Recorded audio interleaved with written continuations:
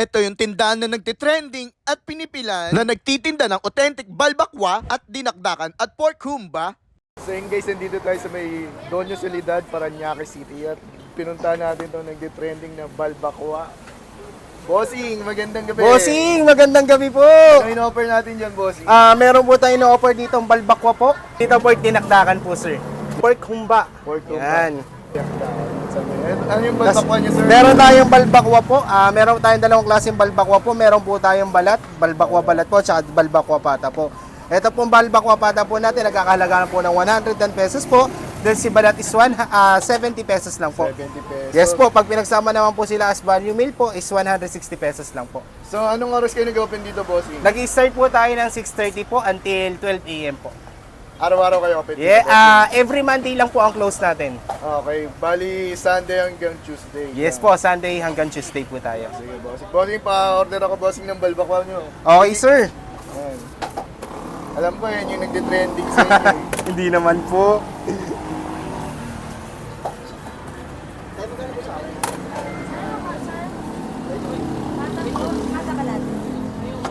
Wait lang, Bossing.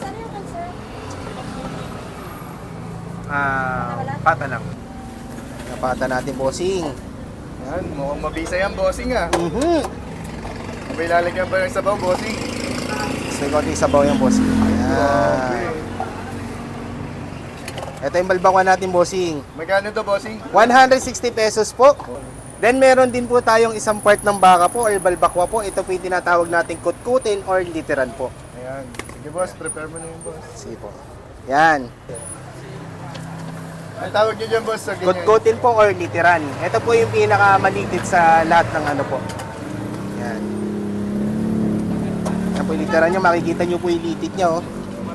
Then, ikakat po natin dito sa gitna. Yan po yan.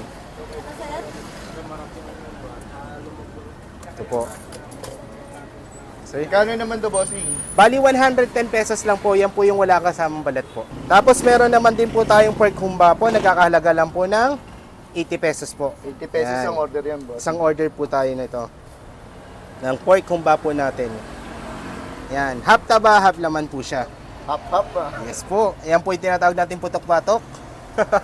Tapos meron din po tayong pork dinakdakan po. Ang pork dinakdakan natin nagkakahalaga lang po ng 70 and 100 pesos po. Yan. Yan na po natin. Daming serving, Bossing, ah. Baka pag may camera lang yan. Hindi Ay, po. Hindi naman, yun. Madalas ganun kasi sinasabi sa comment, eh.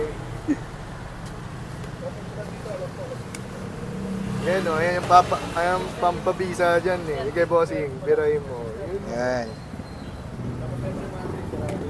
Yan, mga nagiman, dito tayo sa may kaba ng Doña Soledad, Parañaque City. At dinahin natin dito yung talaga naman sikat na balbakwa, guys, dito. Kung saan nagsaserve sila dito, guys, ng authentic balbakwa, guys. Balbakwa nila, ito. 110 lang, guys, yan. Tignan nyo naman, laki, oh. Ito, guys, oh, 110 lang. Yan, yung balbakwa dito sa Doña Soledad, Parañaque. So, tikman na natin yung sabaw, guys. Diretso, tikman na. Sabaw pa lang, pangdiinan na. So, panalo. Wala talaga hangover mo, guys. Tikman na natin itong balbakwa. Lambot, ah. Grabe gusto ng lambot. So yun, guys, meron din silang dinakdakan ito. 70 pesos naman isang order. Yan, tikman na natin. Yan, guys, tikman na natin yung dinakdakan nila. 70 pesos.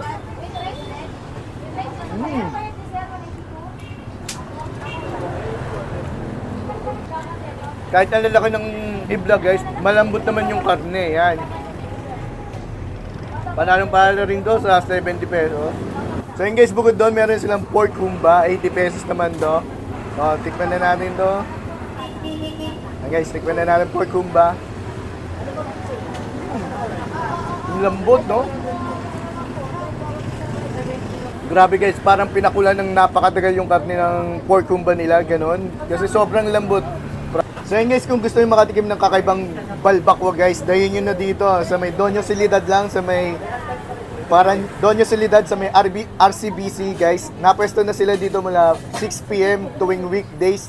Tuwing weekends naman, 5 p.m. nandito na sila. Hanggang maubos lang, guys. So, yun lang. Salamat. Paalam.